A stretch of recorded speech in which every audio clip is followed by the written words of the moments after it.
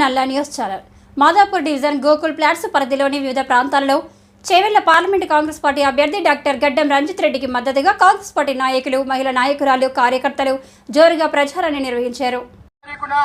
మన parliament election జరుగుతుంది.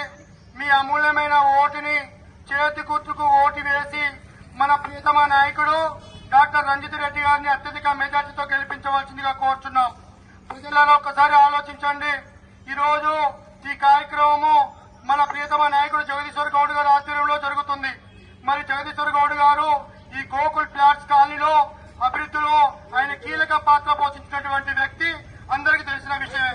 మరి అలాంటి జగదీశ్వర్ గౌడ్ గారి ఆధ్వర్యంలో ఈ రోజు మన రంజిత్ రెడ్డి గారిని గెలిపించుకొని మనము మన కాలనీలో సమస్యలు కొన్ని మిగిలి ఉన్నాయి.